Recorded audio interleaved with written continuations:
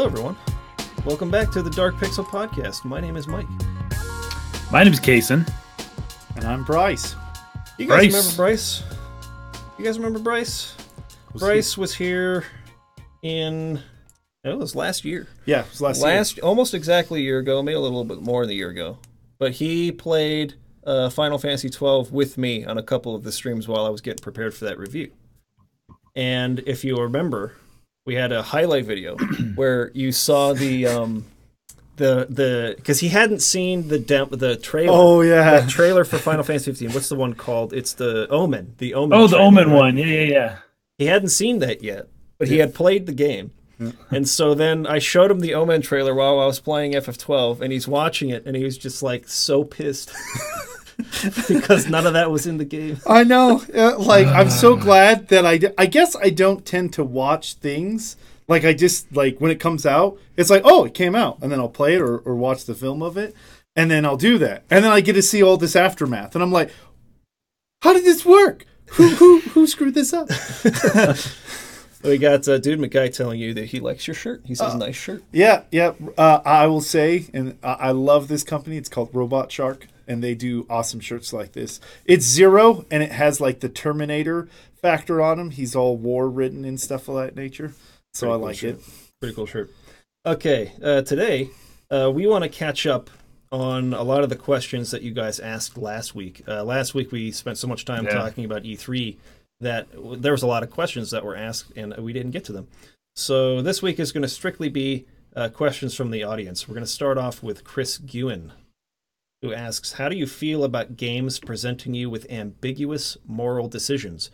Do you prefer straightforward good and evil in your open world games or gray area complexity?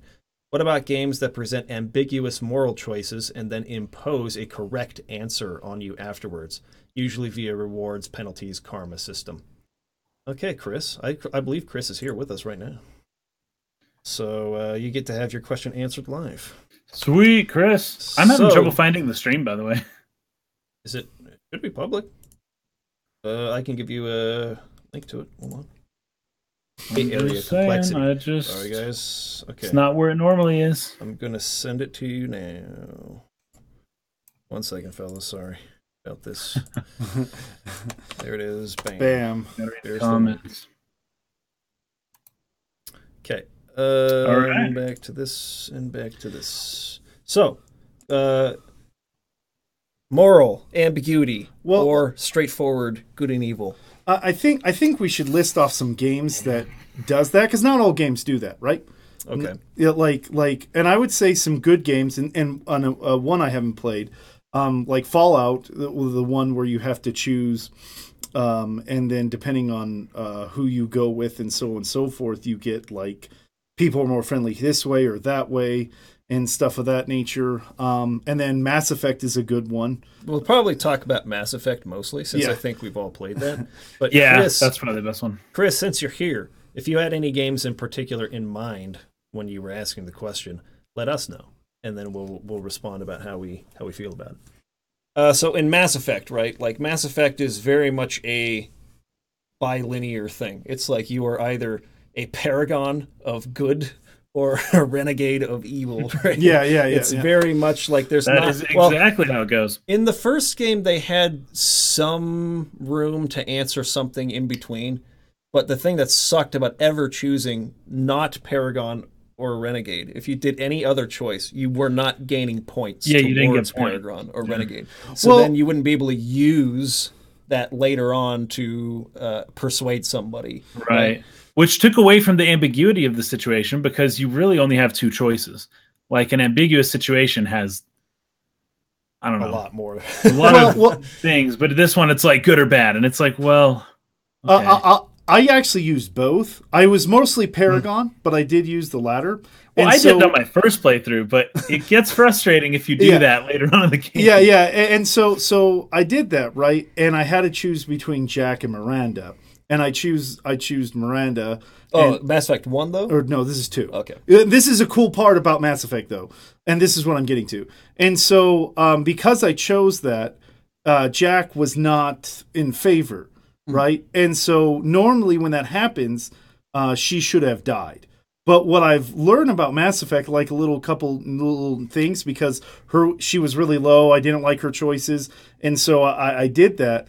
But when I put her into a party, because I had people that had the skill that was the assault skill so high, that she survived. Right. And so there's like little things you can do that, and I think it's cause and effect. I think if you can do that well, you can do anything, because we'll take Andromeda, for example. I'm going to take the one none of us played.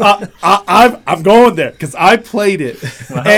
And the thing about it is they took out the good and evil of it. Yeah. Like Paragon and I can't remember the Renegade. Yeah, Renegade. They took that out, and it's very vanilla. So I could literally choose anybody, and they're not going to care. So there wasn't a lot of consequence. Yeah, there wasn't a consequence to you. And so if there you want to know Mass Effect. Yeah. So if you really want to know the difference with that out there, play Andromeda, because they really took it out. And really I could be like, slap, and the person's like, I love you. And I'm like, why don't you hate me more? Yeah. Slap. And so and I think that's a problem, because I think with real life there are things, I'm just going to go to extreme. Like if you went to a grocery store and took your groceries and shoved it in someone's face, the grocery store is not going to like you. Yeah. But whoever hated the grocery store is going to like you. And so, and like Total War does that too as well, where you build alliances and stuff of that nature and you fight with that. And I think that's the thing is that people have different ideals. Sure. And so depending on your ideals, you either like this more or you like that more. And so I think that's what you're trying to get is that there needs to be a cause and effect, but whether to say good and evil, that's the thing that Mass Effect didn't really put. There was Paragon and Renegade, right? Because I think that the biggest problem for Mass Effect was that its plan ahead of time was to make more than one game, and that you were going to carry over a character, right? So like the more choices you get that are supposed to carry over to the next game, like the more difficult it becomes. Like they have to plan for A, B, and C, and D, and so in order to minimize on that, like if they had a third option, something more like in the middle, a compromise between Paragon and Renegade, or maybe like two other options that were more morally ambiguous, I think it would just become like way too much to handle in terms of planning, because they already we're talking about all these different endings that were going to be affected by the choices you made from game 1 all the way to game 3. But then obviously they couldn't do that because they ended up basically making the same ending with just like different colors on it, right? Yeah. So like it's a bit too ambitious, I think, for a trilogy of games to say all of these choices are going to matter from beginning to end and they're going to carry over all the way. Yeah. Now, on top of that, I think that like a lot of developers, especially for AAA games, they really try to play it safe with choice and consequence. Another good example of this is Fable 3, right? Fable 3 wanted you to basically see your brother, who's the king, as like totally evil and like he needs to be overthrown. So you go around making alliances with people and making promises to them that you're going to do this or this when you're king. It's like you're going to help them in this way. You're going to make sure that they... But then when you become the king and you realize why your brother was doing what he was doing, it's like, oh, I can't keep that promise to you anymore. That's what you're supposed to feel, because it's like the treasury only has so much money in it and there's only so much you can do. But the problem is that they allow you to just go into town and blacksmith all day and make all the money, and then you can keep all your promises, and there's no problem with cake too. Yeah, exactly. Yeah. And I feel like most AAA games provide that in some way, kind of like you were talking about Mass Effect 2. You were supposed to have made choices about which character to please, and then that character dies in the end, but you don't have to do that. If you prepare perfectly, then everyone's going to survive, and exactly, you'll have your cake and eat it too. So I feel like with AAA developers, they're really afraid to actually make you or force you into a choice that'll have consequence. So, go ahead. It's funny. They're afraid to do that for good reason. So when people like the question in general, do you prefer straightforward good and evil or gray area complexity? So this is a difference between like how abstract you want your perception to be versus how your innate emotional initial response to things like is. So for example, the human eye, if you see an image, the eye will go to the highest contrast point basically immediately. Subconsciously, you don't even know it. You're not in control. It just happens because that's what your eye is looking for: contrast, black and white, light and dark. Things like good and evil kind of fall into that because the way humans have evolved over the billion years is to separate things and to categorize things. And that's really the only way that we even see the world at all, is because we see everything as a category. You don't have to know what everything is, but you need to know what category and function it serves. Otherwise, you're just going to stare at it for a while until you figure it out, or until you just never figure it out. You just have to move on. But the human soul wants good and evil, right? But how aware are you of that, and how much do you want to kind of challenge yourself, I guess, is where it comes down to. So everyone secretly wants good and evil. That's kind of my point. That's why Disney movies sell so well. That's why Mario and all the games, you look at all the stuff that resonates the most with any society, and it's black and white. It's clean cut. It makes sense. There's hard lines and there's no ambiguity. But when you actually look at life, there is a lot of ambiguity, but people don't like that. And so for a big AAA studio to come out and to make a game that's ambiguous, with an ambiguous beginning, with ambiguous decisions and an ambiguous ending, I think that would be the worst selling game of all time. Not because it wasn't artistically done or because people say that they want ambiguity, but because deep down, ambiguity does not resonate with the human mind or soul or whatever. It doesn't resonate. What resonates is concrete contrast, things that make sense within the moral framework that, humans have kind of built themselves. So that is part of the reason why you'll never see this kind of thing in like a big AAA game. However, when you talk about like what we talked about before, how it's like, hey, maybe it's not real ambiguity, maybe it's just good or bad, right? You can make this choice or this choice, and it's just a fork in the road. That way a computer can actually handle it, because it's, on, off, 0 or 1, right? The way that a computer works, it's just binary. And so as long as you kind of split it off in that sense, you can totally have it, but you're not getting the real ambiguity. You're just forcing somebody to make one of two decisions. Even with like the Call of Duty, we've talked about this 100 times, but Call of Duty Modern Warfare 2, where you have to shoot up the airport, and it's like you could not shoot up the airport, or you could shoot up the airport. Like, it's a game, it doesn't matter. But either way, your character is going to suffer the same fate either way, no matter what, right? But there were only two options. You didn't have a third option. You couldn't leave. You couldn't run away. You couldn't turn the gun on your own people and shoot them. You couldn't, like, all the things that we want out of video games that would give us some moral ambiguity or some decisions that are multifaceted, that have different outcomes. Video games can't do that. They structurally can't do it.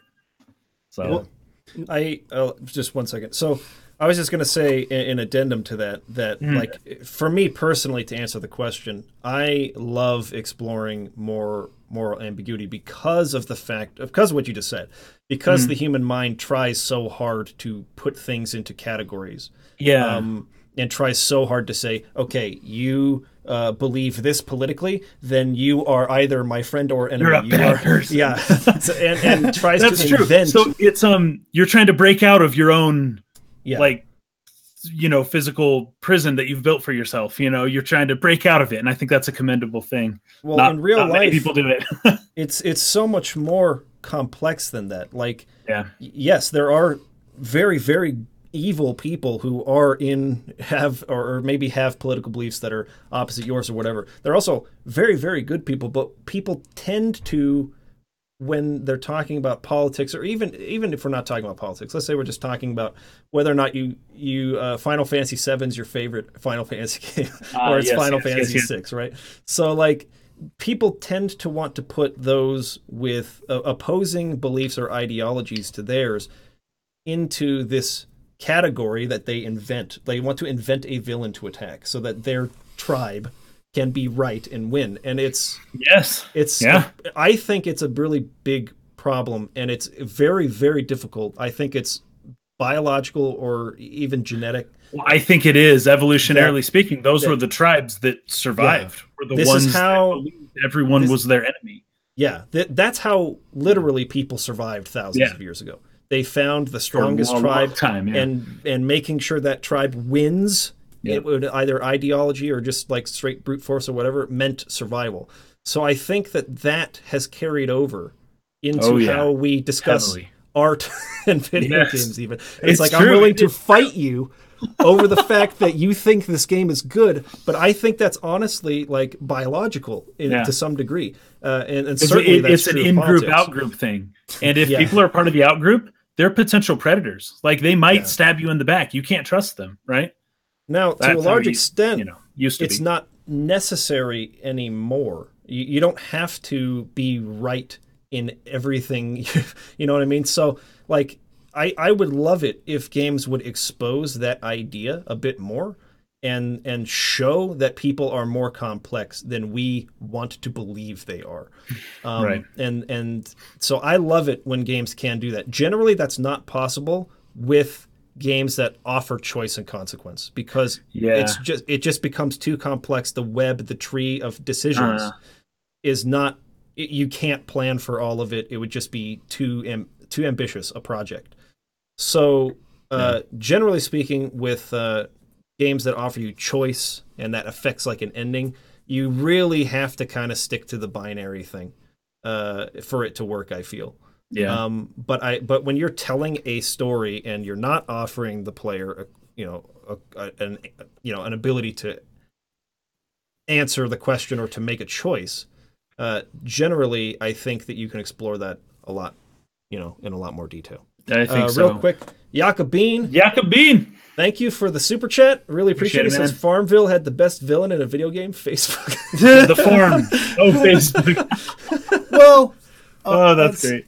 So some of my points I want to bring up. So we're getting in heavily to the human mind and psychology and philosophy, right? Yes. So that's why stories resonate. Well, I think you need to choose a focus, in my opinion, about gray or black, like black and white or gray, because like sometimes like the reason why we I think also, and I'm going to bring this up, why we like things like so extreme, because that's a rarity in life.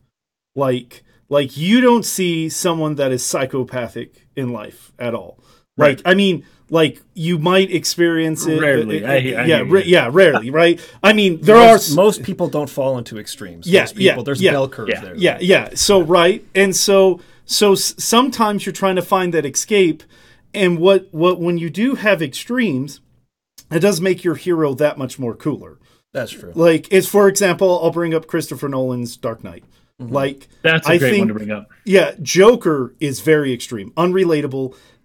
His motives are very like unhuman. Batman's almost the same way on the opposite side, right? Yeah. And same thing. And like, how did that happen? But then we bring so those are those characters, right? And we like them. Now we bring a hero that is more gray, like the Punisher, and so like he is definitely gray matter, because he does do things that he thinks is betterment for the good, but he does it outside of the law. Same with Venom and all that other stuff. And I'm a big fan of Venom. Like, that is my, like, when Spider-Man came out. Spider-Man? Yeah. Oh, yeah. He's a gray character? Yeah. Venom is an anti-hero. Now, he does go on the villain, good guy side. I have his issues. So, I haven't read the comics. I don't know. Yeah. So, anyway. I have, and I swear he was a villain, but. He was a villain from the most of the series, but as he got his own series, he became an anti-hero, and depending on the writer. Right. He like Eddie Brock was not, he was not an inherently evil guy. He just didn't like Peter and Spider-Man, and when they all came together, that happened. And when Carnage came, then that whole entire series was like, okay, Venom, were you going to side with Carnage or are you going to side with Spider-Man? So it's the middle between and so he was like, well, I don't like Spider-Man's ideas, but I certainly do not like Carnage's like killing everybody. And so he is gray matter, but look at his popularity. He's like, and so if you take a lot of Gray Matter characters, they're usually cult classics. People who like them. The most famous characters, and I don't know why this is, and maybe because it is, you know, that it's more relatable. The ones that are archetypal, right? and that hero, and so now I said that. Now let's take Mass Effect, because Mass Effect 3 decided to be gray, but it advertised black and white. And what happened at the end of it? People hated it. The story didn't resonate. People didn't get what they wanted. Yeah, and so you have to be careful, because if you're feeding into your your audience is, you know, this is black and white. It is the enemy. You cannot take this enemy on because it's going to destroy you. Oh, I'm just an innocent boy that's trying to make the world a better place. Like, your focus is changed, and throughout the majority of Mass Effect 3, it is just like that narrative until you get to the very end, and then it's someone's like hit you with a bus, and you're like, no, I just want to kill you. I'm sorry. Like, you could be the greatest thing ever, and I just, like, you're ruining people's lives. So, like, it wasn't like consistent. So whatever you choose, you have to run with it and then play it off well. I think a lot of times we want this like, okay, this is right and this is wrong, right? Even to black and white. Do we want gray more or do we want black more? And truly, that doesn't matter, in my opinion. What matters is how you tell the story. How are your characters and how you develop it. Now, that adds all of it, and I think you need to know that ahead of time, and that you need to structurize what you want with that. Yeah, I would agree. I'm thinking, like, when it comes to ambiguous moral, like the story type stuff, that makes more sense. It's purely creative. People can write a book. They can write a script. They can make that happen within their own world, because the limits are just the limits of your own mind. But when we, just to go back to what Chris Ewan was asking, was how do you feel about when games present you with ambiguous moral decisions, like as a decision in the game? And of course, you brought up Mass Effect. But I think people tend to prefer ambiguity in a lot of ways in their story, so that they don't know what's going to happen, because it's no fun to know exactly what's going to happen next. But when it comes to having ambiguous moral decisions in a game, it's weird. It's a super weird space that affects the story and everything else, and ends up giving a weird ending. In order to get true moral ambiguity in choice and consequence, I think it's just too complex. Unless, like, every decision in the game is meant to have, like, if you choose this or this, you're going to have some sort of negative consequence and some sort of positive consequence. So, like, it's still binary, but it's like either way. That's the best we can do. Oh, that kind of sucks. But I got this, or it's like, I chose this way and that kind of sucks. But so it's like you're always feeling like your choices end up making this situation kind of suck. So, but I don't know. Like, I don't know if people would feel that that's very satisfying. Extra credits. I don't know if you ever watched them. But they actually touched on this, and I think he made a good point when he talked about this matter. And I think because, with Mass Effect, the reason why people are not liking, because it's an obvious, like, good and evil type of deal. And there's some choices that could be good and evil, you don't know. And in Extra Credits, they touched on the part, instead of making it look like good and evil, because that is a huge philosophy that everybody kind of, like, talks to a ton about, like, make the aspect of your choices who favors it and who doesn't.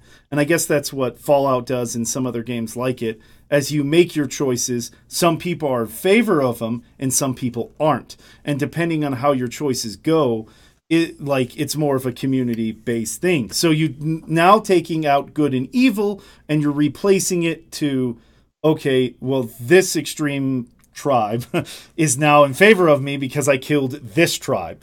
And so essentially what that does, it takes out that moral aspect, and then it still leaves in the good consequences and bad, but now you have to deal it on a bigger scale. That's funny. That's kind of how Civilization works. Yeah, where it's like you can't be too concerned with the small moral decisions. You're talking big scale with other nations and stuff. Yeah. All right. Well, good question, Chris. Thanks for asking. That was a great question. I don't think we did it justice. I could make a whole video about that. Maybe I will. Yeah. Maybe you will. This week. This week. Okay, we're moving on to question number 2. This one comes from Ray Ivory. Asks, this is a question about Steam, the platform. Yes. Digital purchasing. Some news within the past couple weeks. Steam has just recently opened a Pandora's box. They have chosen to take a very hands-off approach to the games that are located in their library. So long as they do not violate the law and or not troll games, which is actually that's comes straight from their quote, Steam's like press release. Right. I'll read it here in a minute. Exactly. Yeah. So long as they do not violate the law and are not troll games. This has caused a bit of divide with gamers all over the place on this issue. Some are just glad that games like the visual novels will not get filtered just because they have higher sexual content. Many want in their games. Others are worried that this will allow games with hate speech or blatant racism or sexism in them and shouldn't be allowed on there. Others still are just worried that the overall quality of each game will drop. It would seem this has caused a problem without a cure-all answer. What are your thoughts on the situation? Do you think Steam needs to be stricter on the content that is allowed there, or is the idea of you should just ignore the games that insult you a better option? Okay, so in addition to this, I also have, I'm just going to switch over to here. I was reading this article to get some more context to this because I hadn't heard this, right, until I saw the question. Oh, so yeah, I remember it was all over Twitter. People were going crazy. Yeah, and Polygon wrote an article, and the guy here is obviously very against this idea.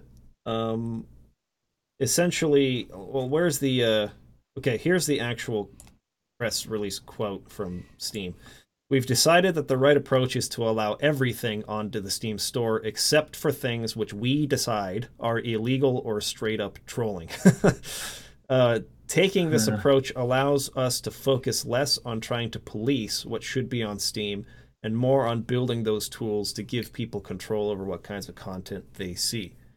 So, I guess the angle that the author or the writer for this article is taking is that, and to this point at least, I agree, is the wording like, what we decide is illegal or straight up trolling, right? So it's to some extent, Steam is trying to have their cake and eat it too, right? Yeah. They're trying to say, no, you guys figure it out, but remember, we're still. But every now and then, at the end of the day, yeah, we get to decide what's illegal or straight up trolling, but under this pretense that we're going to let you decide what content you want, and we're not going to interfere, right? So it's kind of, I don't know, it's kind of strange to me that if you're just going to allow people to choose what they want on the platform, but you're still, I don't know. Anyway, so there's something a little weird about that. Yeah. But obviously this person, you can read this article if you'd like, is very against the idea because of the concern with hate speech or blatant sexism and that sort of stuff. Yeah, that fits Polygon pretty well, actually. So I take this question very cautiously. Yes, now, because people Twitter, will be pissed at my opinion on this. Well, no, me too, and maybe we should just say it, not hold back. But we're going to say it. I will say people were getting crucified on Twitter for supporting Steam for doing this. Yep. Here's the thing. I am obviously against anyone coming out and making a game that has just blatant racism in it, right? Right. I mean, if we go to just a total extreme, it's like someone makes a game about rounding up people because of the color of their skin and sure, let's say even something to the degree of hatred, right? Hatred was all about basically just going out and doing mass killings, just taking a gun out and just killing as many people as possible. Yeah. I obviously am appalled by that kind of content. I see that. It makes me sick inside to think that anyone would want to play that or whatever. But there is also a part of me that is really, really against the idea of policing to any extent what you can and cannot say with your artistic content. Do I think that hatred is good art? No, it's obviously horrible. It was a bad game. Despite its content, it was a bad game. I think the content is horrific. I am against it. I would never play it. And so I don't, right? I choose not to. I think most people chose not to. It wasn't like it was this massive hit or anything like that. But I just... Honestly, people calling for that game to be removed probably gave that game more publicity than it would have normally just got. Honestly, I feel like, for me, I think it's better to let people put ideas out there and to let the people at large decide whether that's a good idea or a bad idea, and to criticize it and bury the bad ideas and let the good ideas thrive. So if someone's going to make a game that has, let's say, blatant racism or sexism or something like that, I believe that the vast majority of people will condemn that game. Will criticize that game, and that a very small minority of people, who actually adhere to those ideas or that are extremists or whatever, I feel like we can't be silencing what people can say or do, or how they can express themselves. That, to me, is a lot worse, to live in a world where you're forced to only think good things and only see good things, and only, you're forced. Right. That to me is worse than allowing a small subset of people to engage in this and be criticized for it as they should be. So now the way Steam is handling this, I don't think is a good thing at all.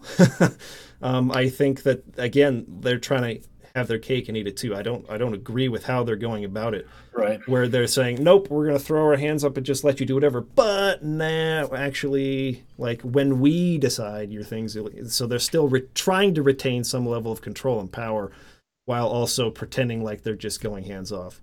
So that's the best answer I can give. I'm more afraid of someone trying to control and tell me what is good and what is not good than what you can and cannot. Letting a subset of people, express themselves in a way I disagree with, even if I vehemently disagree with it. So, well, I don't have much to add to that. That was well put. The true question, because even this is that, do you let people be jerks? Yes, you have to. So that's the price of freedom.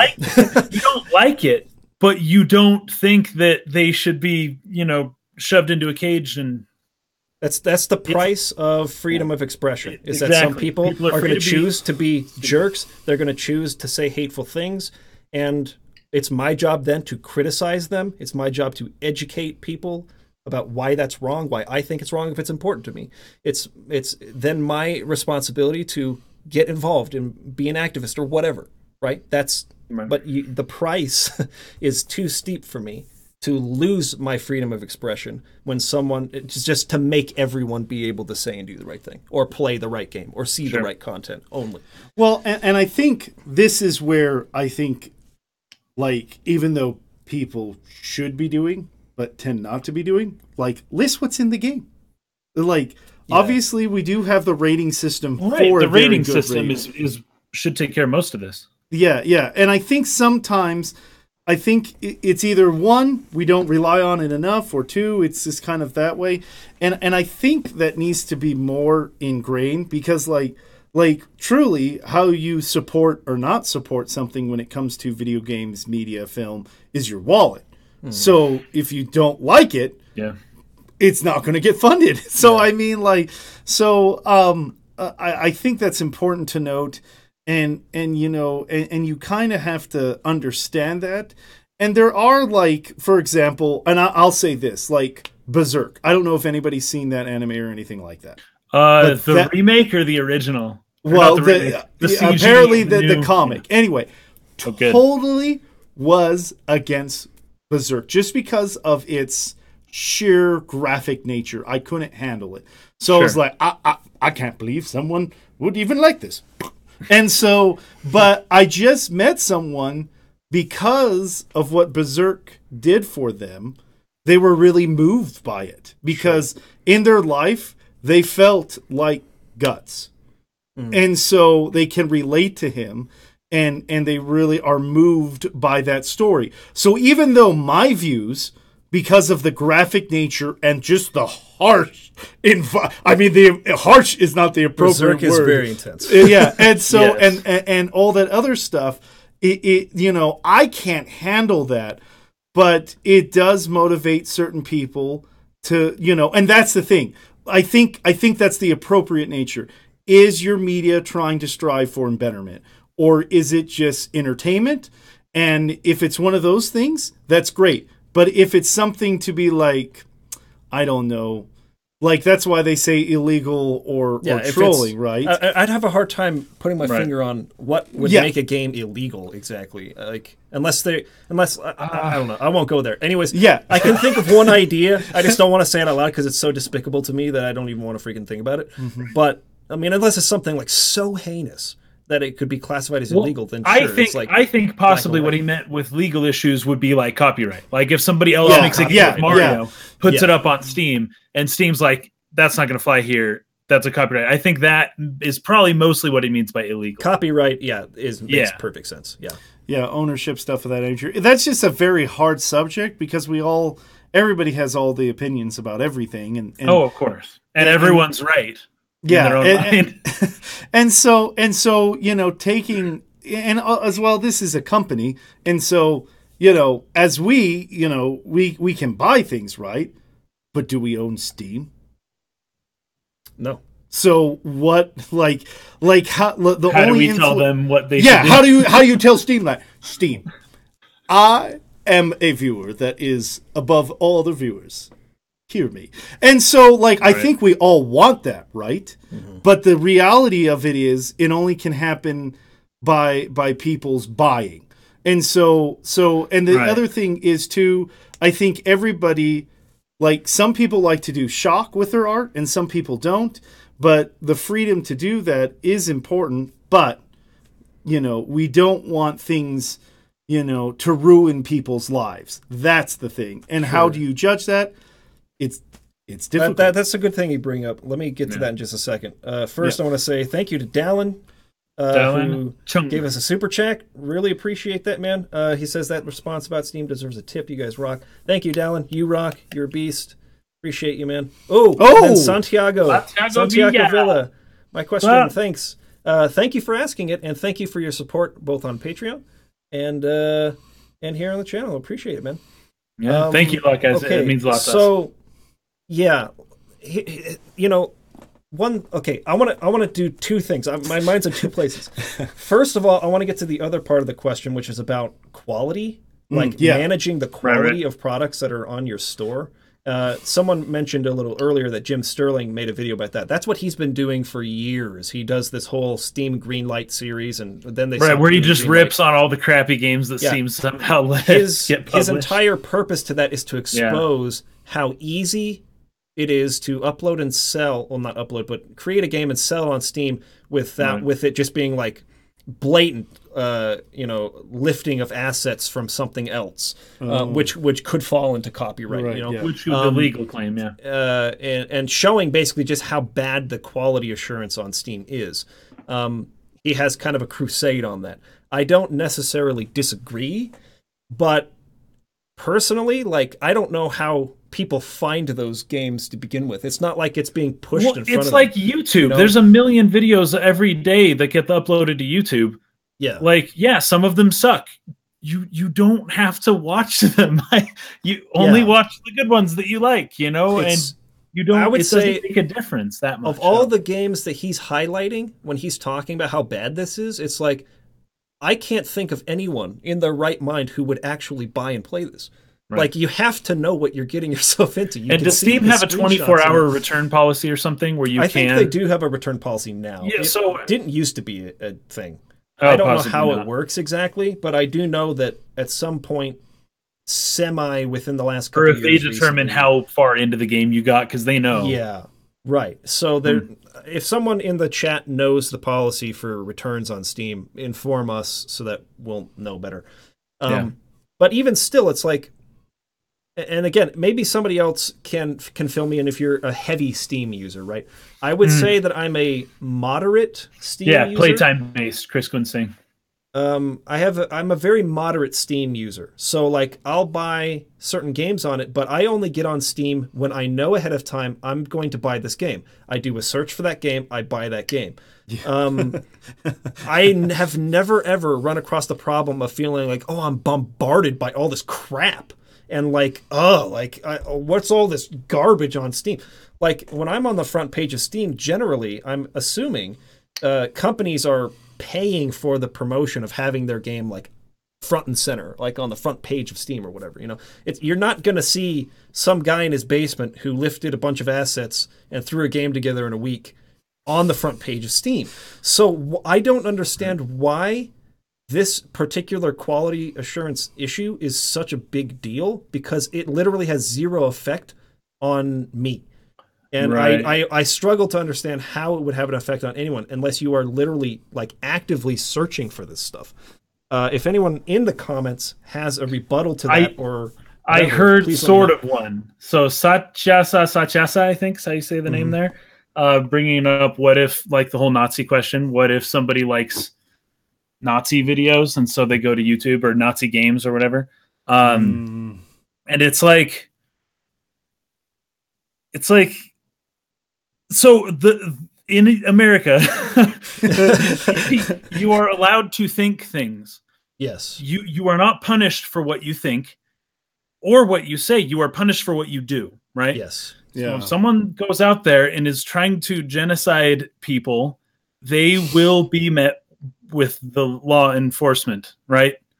But if somebody talks about how they think that should happen or something like that, but they aren't doing it, there is no legal precedent to deprive them of any rights based on the way they think, right? Yeah. They could be wrong. A lot of people are really wrong. Some people think that Final Fantasy VIII is better than Final Fantasy VII. Like, there are really wrong people out there. I'm just joking. That was a total joke, people. But some people are wrong, and it's okay to be wrong, and some people need time to work through their own issues. If somebody really thinks that that's okay with the whole Nazi question, it's like, we can put them in prison forever. We can do that. That is an option. But probably the better option is to try to use your own freedom of expression and rights to maybe persuade people. That's why freedom of speech exists at all in this country. Now, when it comes to Steam, and then that way people can have conversations across, and that way two political systems don't imprison each other, and it can really spiral out of control once you take that out of the equation. But when it comes to Steam, they're their own country. They can do what they do, and honestly, either thing they decided on this, they'd be right. But they'd be within their rights to do it, right? And what people are upset about is the whole, well, what if? Because sometimes there are Nazis that exist in the world. And I'm sorry, you're never going to get rid of all Nazis. I think the KKK still has like 5,000 members or something. That's down from 10 million 100 years ago. But, you know, there's still 5,000 people in the KKK. Like, do you want that number to be zero? But it's not. And what are you going to do about that? As long as people aren't inhibiting other people's freedoms, you have no right to like inhibit their freedoms. That's all. That's all I gotta say. It just comes there's a very, very thin line to walk there, because you can't, like Hazen said, you cannot punish someone for something they have not done. Right. It takes an action. You can't. And Satyasa is saying, well, thoughts inform action. Yes, that's absolutely true. But you think before you talk, and you talk before you do. Punish someone until they do it. Right, and because if you start arresting people for things they say or things they think, I mean, we're getting into the realm of a government body or an organization, a company in this case with Steam or whatever, punishing you for what you've thought and not for what you have actually done. And do you want to live in a world where you can be put in jail for what you think? I 1984, don't. George Orwell wrote extensively about thought crimes and what the state can do if they're given that much power. Was it Minority Report also? Yeah, Minority Report has that idea. Oh, Minority Report. Yeah, totally. Yeah, it's I mean, basically, and if you want to take history, because I think a lot of times we complain about it, and you should read history because history has a lot of knowledge to it. Yeah, and like when you think about this idea, okay, we'll just limit all this stuff. Well, if you take the extreme of that idea, that's book burning.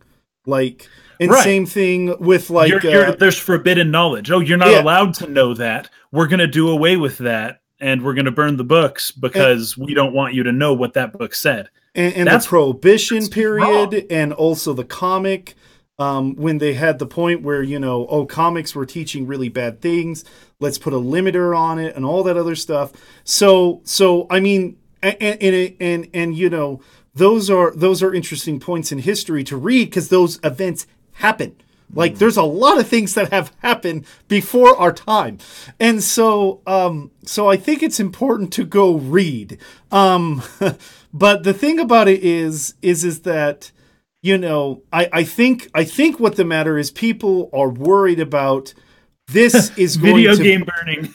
Yeah. A leader will recommend that one day. Yeah, well, but I think people are worried. Them.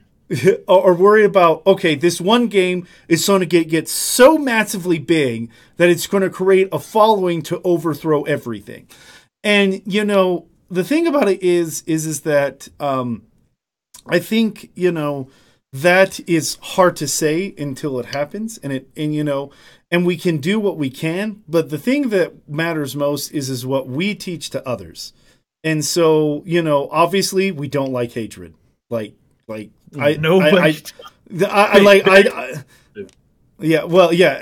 I think, and people that want to get a joke off, but even and we're talking about quality too as well. So I want to touch on that. Right. We should probably move on to that pretty soon. Yeah. Even the worst bad quality stuff, like Troll 2, that's a horrible movie, right? It has a cult following because Troll it's a horrible movie. Yeah. And so I mean, people do find entertainment with that. And I will admit that I'm the person that likes to watch B movies for the factor that it's funny. Yeah. And I think Science Theater 3000. I mean, come on. Yeah, I love Godzilla. I'm sorry, Godzilla is it's a guy in a rubber suit, and they build all these nice, wonderful models, and then he goes crack, amazing craftsmanship, people. And so I do enjoy that. I do enjoy campy, and it's funny when I tell people I like it for that reason. Everybody's like, no, and it's like. Okay. And so does that make my opinion bad? Well, I guess that's depend on your opinion. So, so we have some people here putting some good comments. We can't respond to everybody. It's going kind of fast. Yeah. But I do want to say we're obviously talking about extremes here, right? Yeah. And which you have to when this type of stuff gets brought up. Yeah, I mean, we're talking about extremes in terms of bringing up something like Fahrenheit 451 with the book burning thing. This policy or Steam saying we're not going to allow hate speech on Steam is not the same as book burning in Fahrenheit 451. That's taking the censorship to the extreme, right? Yeah. And I also want to say because the game still exists, they just need to be published somewhere else. Which is fine. Yeah, there's a very, very there's a point that I have defended before when we talk about YouTube, and which I'll continue to defend. When a private company like Steam or YouTube has a policy for what they will or will not allow on their platform, I completely defend that too. Totally. It's not censorship. We're not talking about censorship, right? Not on a government level. Maybe to some extent on the what would you call it? The company Steam's level, just their local level, I guess. Yeah. That's within their right to do. Totally. Absolutely defend their right to say, I don't want this kind of content on my platform. Right. And so, yeah, I'm not talking about this in the sense that I feel like a policy in which it were to say, so let's say Steam went with we will remove anything that is deemed to be hate speech. Right. I wouldn't say that that's censorship in the sense that maybe a lot of other people would scream about it being censorship, because sure. A private company, it's just they don't want to publish it. Absolutely, yeah. So anyways, just wanted to respond to that there, because there were some people, commenting about that. But in addition to everything that's been said, we should probably move on to our next question. Yeah, I know, because this is a rabbit hole that could just go for hours, unfortunately. It is. Yeah, I think that, again, people who want to criticize Steam for this, absolutely within your rights to do. I encourage you to do it. As it is also within their rights to do what they're doing and to think how they think. From my position, because we were the ones who were asked how we feel about it. Okay. I always lean more to the side of let the people debate and decide what is a good idea or a bad idea, and that the good ideas will rise to the top, because the majority of people are not hateful. The majority of people are good people. They'll have obviously a large spectrum of where they fall with what they think is good and to what extent it is good, and what something is evil and to what extent it is evil. There will be a huge spectrum, a huge gray area there where people can fall in. But the majority of people, I think, are good people who want what's good for others. And these minority extremists that are thrown in our faces all the time on the internet and in the media, I don't think represent the majority of people. And I think if we allow people to decide what's good and what's not good, and to debate it and criticize, and that the bad stuff will be buried and the good stuff will rise to the top. That's just my view on that. So instead of letting a small group of people decide what's good or bad, or right or wrong, let a large number of people decide what should rise to the top or bottom. The problem some people see with that is, the stuff that goes to the bottom, it's on the bottom, but it's still there, right? Yeah. It shouldn't even be there. But it's like, well, that's where you get into the, different debates. And I think, at least, and I would take a stance at this, your wallet speaks. Yeah. And so, like with this, I think that's more important. If you don't want something that you don't like, don't buy it. Mm-hmm. And really don't, and try to persuade other people why they shouldn't buy it if you think it's that important. Yeah, and that is a big thing. Don't if you don't like it, tell you why you don't. Yeah. And that's because, I didn't like Berserk, but I found someone that did. So yeah. Okay. All right, let's move on here. Yeah, I know. That's different question. I want to get away from this one. Okay. What alterations? Sorry. This is from Joshua Oji. What alterations do you think could be made to the turn-based strategy genre to move it to VR? Could we see a switch to a tabletop wargame style interface, or perhaps a move to a pausable action model with very large maps to lend itself to slower play in Valkyria Chronicles style movement? I could get pretty excited for commanding troops from inside my tank with some futuristic AR readouts telling me my hit percentage, so forth.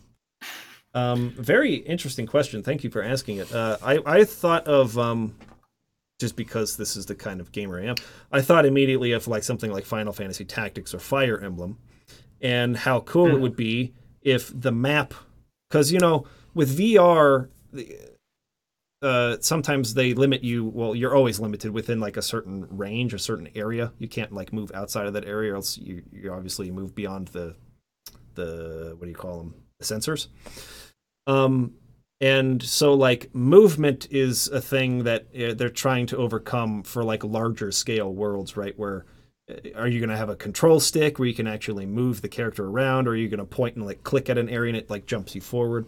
But with something like Fire Emblem or Final Fantasy Tactics or Tactics Ogre or something like that, the floor area where you're allowed to move inside of, where the sensor range is, could be the map for that battle. right? And you could literally walk around inside of it and like get different views.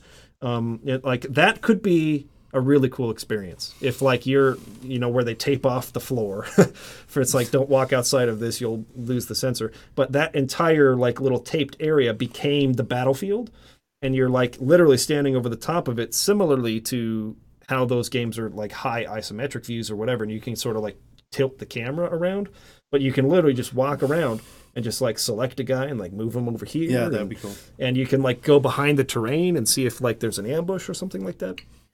Well, maybe that would kind of throw things off if you could see ambushes before they happen. Yeah, that would be anyways, a little too I think it could be a really interesting idea if your eyes were literally the bird's eye view of the battlefield in a game like that, and you're walking around it and looking at it. I think that could be really cool. That would be cool. In a tactic sense, you've got that, but also in like maybe more like a Final Fantasy 12, the way the battle system works, you're controlling one person, but there's other people around you. And typically they run off of like a gambit system, but you could remove that and have your VR be set in the battle. You are one of the characters, right? You are controlling one of the people in the turn-based battle.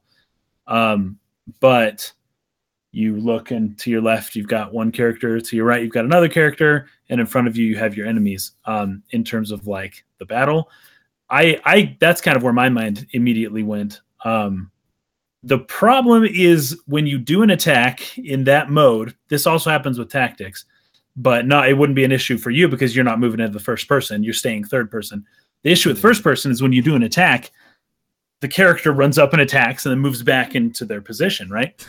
And that's weird in VR. Like first person, you need control over that. You need to be controlling your character. If you make a choice and your character jumps forward, that's disorienting for you because you didn't do it. So I think third person is probably the way to go when it comes to stuff like that, and being able to kind of like move, kind of like a game of Stratego, or like the war room in the Pentagon, right? You've got like all the troops set up on like a Risk or something, and you can rotate the map around and you can move it however you want. Like that would be pretty cool. That could be done in VR pretty easily, I think. But again, that would be more tactics. That wouldn't really be the JRPG typical thing. So that's kind of tough. They brought up. What? Oh, wait, go ahead. They brought up Valkyria Chronicles, which doesn't have the thing I mentioned, and like that. I guess because that's just like any other game, you just run up and start attacking. I mean, that's probably the best way to do it if you got to be first person. Valkyria Chronicles, I think, could work because. I think that would work really well with the VR where, you know, you point and like click ahead and then like the camera just sort of like jumps ahead, because it's a game that like sort of pauses the action right as you like select what you're going to do. But you can move around the battlefield like from down on the level of the battlefield. So it's third person kind of behind the character or whatever. But I think that a game like that could work really well in VR. But you were chomping at the bit when they mentioned the... Yeah, like when I saw this question, I'm like, because I do war tabletop gaming. Like I do War Machine and 40K and Fantasy. And the input I wanted to put on this is that when you have something like that, let's say you have a map, and then digitally you have all your characters, right? Mm-hmm. And I think that's a cool concept. Like that, you know, you have Final Fantasy Tactics, and I could pluck Cloud and put him on there and do all these other characters, and I could use them. The only thing that I would say that's going to be difficult is, you know, obviously saying this character move here and all that other stuff, because you would have to, you know, still point and click. And so that's where I say, you're going to have something, and I don't know what that technology would be, but to have an icon and several icons that represent characters. Big, small, little, all that other stuff that could read. And then you could move it freely, like chess. And then that could represent as a character. And the reason why I say that is because even though human beings, we like VR and all the other stuff, we still like real weight and stuff of that nature. And even though I could point with my hand, I think it would be so much better if you had an object to move and then it could react to it. Now, did you go over and try what was the void they have here? The VR yeah, where you're actually moving around through the space. I wonder, do they have that in Denver? Or? No, they don't have that in Denver. Well, I was wondering if you had tried it here. No, and actually it's closed. So it's closed to the public now, so I couldn't try it. We got a special invite when we went. Yeah. So I saw that, and that looked cool. And so maybe you can inform me how cool it was. Well, like that it was pretty cool. You just mentioned being able to actually like grab an actual object, right, and move it. Mm-hmm. And they kind of had that with like torches you could take off the wall, and then like buttons you could press for puzzles and things of that nature. If your calibration's off, then you're gonna have a really hard time navigating around there, trying to like feel along the wall. But mine was calibrated pretty well, and it was like, I could just sit straight down in a chair, and I didn't feel like I was falling over, and stuff like that. But that's another layer, I think, that is difficult, I think, for calibration and stuff like that. If you're going to be able to pick up like a miniature, like you're talking about, like move it physically around, But it would be better for sure if you had tactile like feedback as you were actually like playing a war game like that. And I don't think it would ever replace wargaming, because the thing about it is that yes, gaming wise, it would be nice if someone was like, "Would you like to play Warhammer digitally?" Oh, that's amazing. I can do whatever I want. I don't have to buy minis. And here's why that would be cool for sure, right? Is because, if you're playing D&D or you're playing Warhammer tabletop version, you're moving the miniatures around the map and everything, but it's like with VR, you could see the actual animation and the effects of the powers and and all that sort of thing. And that, I think, would be really cool if you like watch this little dude actually run forward and do some sort of spell, and there's like effects to it, or and sound. And I would even love if they interact with your hand. Like I remember I saw a demo one time, and be like little guys like, "Don't pick me up!" You're gonna get picked up. Move that way. And so I mean, like, but the thing about at least with wargaming top or tabletop games, I think the thing about that will never be replaced, and there will always be a devoted fan base to it, is because the social aspect first. Because it's fun to go look at someone's craft, and then all of a sudden they made this whole entire field, and it's like, whoa, that looks like a waterfall, and all it is glue. And like so there's a crafting point to that, and I think that's why you get into that hobby, is because you paint. And it's a craft. Yeah. And so even though digital can be fun and can do a lot of replacement, the real thing cannot, there's a type of mastery. It's not replaceable necessarily because of the painting and the crafting side of doing it tabletop. Yeah, and that's why people freak out when you're like, "Can I touch it?" No! And I'm like, "Oh, okay, that's fine."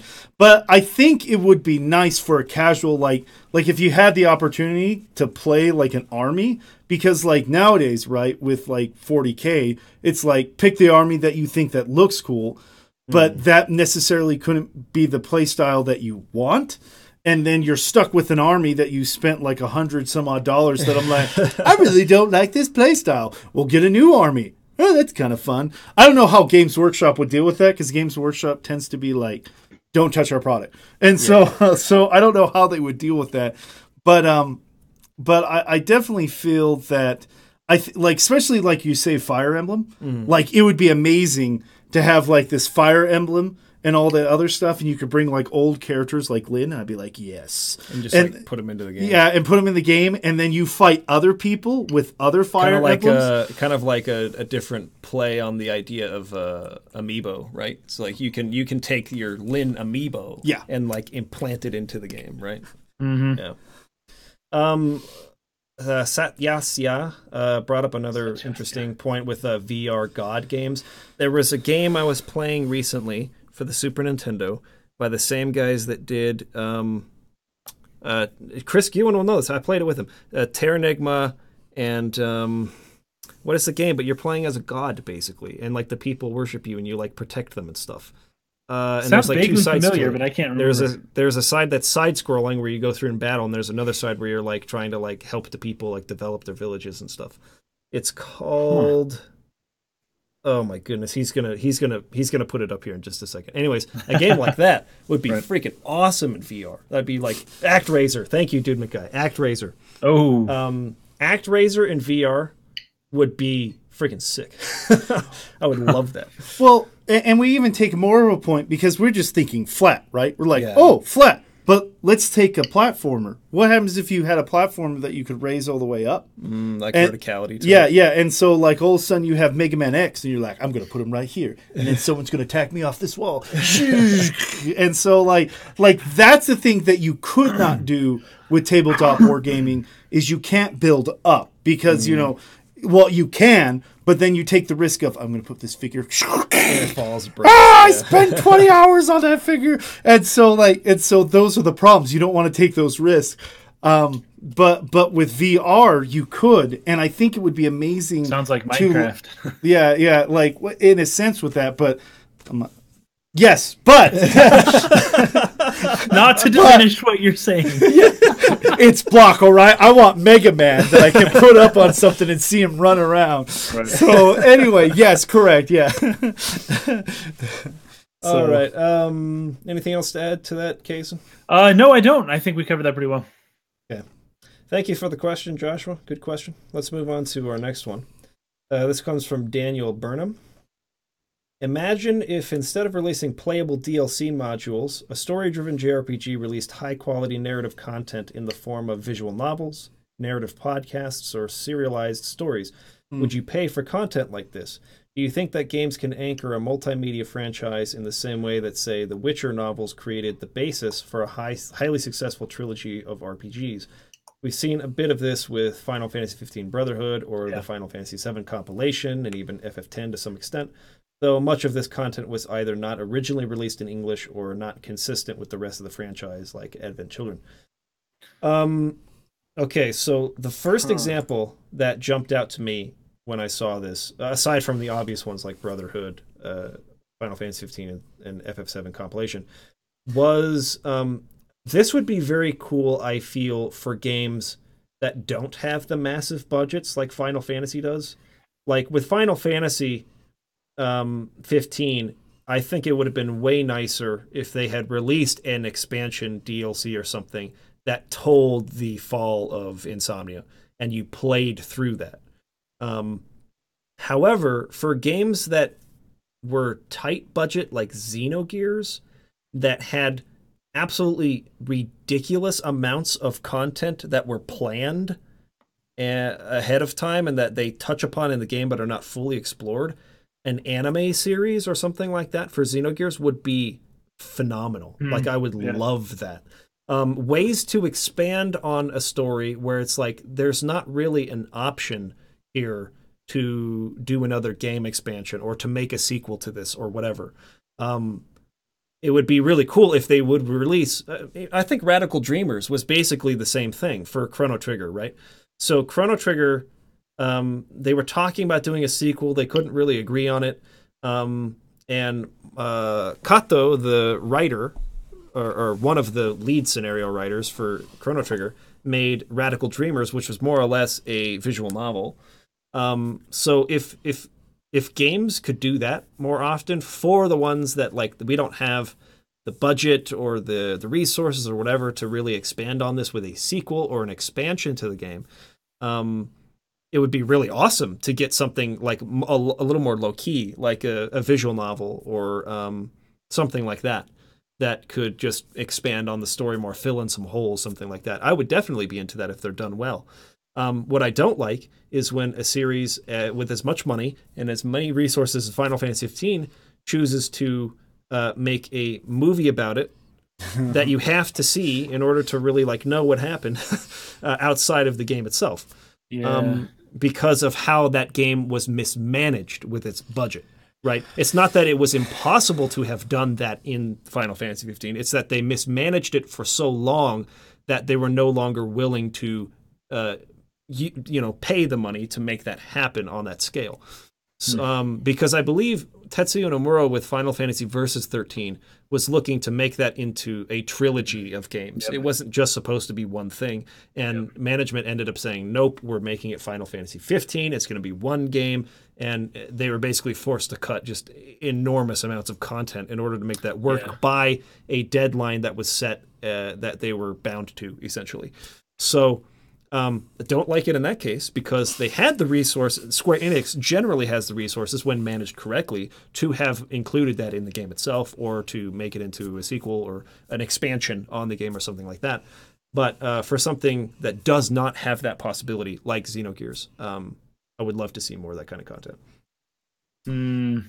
Well, I think it's always like, we're not going to go in the rabbit hole of this, but Star Wars. Oh dear. Yeah. Like, essentially the original trilogy, was just it. And then everybody loved it so much that things were made of it, right? Oh, the extended universe or whatever. Yeah, the extended universe, and now those are all, and then we're not going to take that. But I think when you ever have something that people love, right? Like The Witcher and Mass Effect and stuff of that nature, lore is important. Yeah, sure. And I think if you love something a lot, you'll want more lore of it. And it's funny because, like, with games, I think we run into this problem. Because, with, unlike movies and stuff of that nature, which they have to be kind of created out of exterior stuff, so there's more lore. With games, we get it from the developers. And so a lot of times you'll be finding things out like, okay, how does Mega Man X versus from Mega Man? And like, what is this lore? And then we get all these little trickles here and there. And I remember Tekken as a kid. And I just got the first Tekken. And I remember reading through the pamphlet because I wanted to see what these guys are, because you get the ending and it doesn't say much. And I'm like... reading through the guide. And I remember, like, for example, like Dead or Alive... Like, they had information in the booklet that you could read, like Ruho Aibusa was the same one that come from Ninja Gaiden. And it's like, this is the same guy? Like, how does, what? And so that expanded that universe, right? But unfortunately, we don't get exterior stuff like novels or comics or stuff like that. You have to be a really popular thing to get that. And if you like a media that's something that's amazing to you, you will like grab it and claw and scrape what you can from it so you can see more of it. I think, and same, like League of Legends is a good example of that too. Like the game, the lore is upon the developers. We don't get much upon, depending on what they come out with, like an occasional comic, occasional cinematic, that, and we mostly get the lore from the actual developers. And what's interesting, what's going on with League, which I'm fascinated by, is that they're changing characters and their lore, and people are going crazy because like it's changed from what was the original character. Like Gangplank apparently is a good example of this, which was kind of more like a SpongeBob. Hi, I'm a pirate. Now he's like, I'm a pirate, and so and people are going nuts about that. Because, like, if you were a dedicated fan from Gangplank in the beginning, from now, you're going to be upset because they changed the character. Yeah. And the thing about that nature, and what's breathing that, even though League might have not predicted that, is that, it's based on games and selling skins and all that other stuff and gameplay. It's really based on that. But they went into the realm of creating lore for it. And now that they're like, well, we're going to change our lore, people are lashing out going, roar! And so, and it's an easy fix in my opinion. Here is your old Gangplank skin. He has all of his original stuff. Have fun. Yeah. And so, but I guess that hasn't happened yet. Or if it has, I haven't seen that. And so I think that's with anything, when you love it, you want more of it. Sure. So... Yeah, I was actually thinking when you brought that up about the Mass Effect novel. I think we listened to it, didn't we? Yeah. On the way to Vegas. Yeah, it was really good. Which takes place from Captain Anderson's point of view when he was trying to become a Spectre. Yep. Like, that was a great book. Yeah, it was. And it was written by Drew Karpyshyn as well, who's the actual... he actually wrote the games, right? Yeah. So, yeah, I mean... I love that stuff when it's done right, and it's like it's the right, like you said, it's more delving into the lore and not what feels like an essential part of the game itself. It's like, I need to go outside of the game in order to understand a very key part of the game. That's bad. Yeah. But when you are expanding on the lore, Silmarillion's a great example for Middle-earth. Or when you're exploring a character's background that is not essential information from the game, but does like deepen it to some degree. Because it deepens Saren as a character and Captain Anderson as a character in that Mass Effect novel.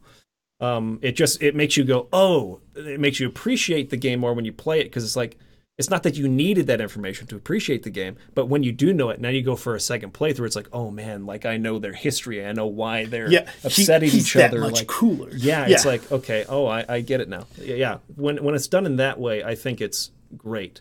And it's a great way to, writing a novel and publishing a novel is nowhere near the cost of producing a game or an expansion to a game or something like that. And you can give people that little extra bit without having to, run the huge risks. So, but as you said, the big problem. So that's the thing is that I think world creation and lore needs to happen more, and I think developers could give us a little bit more. And see, that's why, even though people might not like him, I like Lucas, because he said, okay, yeah, create it. Like, he gave it to other people. Let people do it. And some were good and some were bad. I'm not big about the whole Emperor coming back. But but the other thing is that, there were great things about, the Yuzon Vong, war and all that other stuff. And so I think that's important. But when you make things that are a have to watch the movie. Yep. And you put limits on that movie where it's like, okay, you're going to make a movie, but you can't tell much about what the game is. And then you have to create a story that functions and is cool with characters that are important in the game. I mean, that right there, for anybody to take that task. It's a recipe for disaster. Yeah, it's kind of like, I pass. I think that's the problem. And the exact same thing with other stuff. You can't have to. You can open, but when you do that, it makes the experience lesser. I think that's the key thing is that, because we were joking about it at one point, I think about a stream where it was like, oh look, Noctis is dead. I wish he was in the game. And so and so I think, but that is a strong issue because that character was so important. Yes! And he wasn't in the game.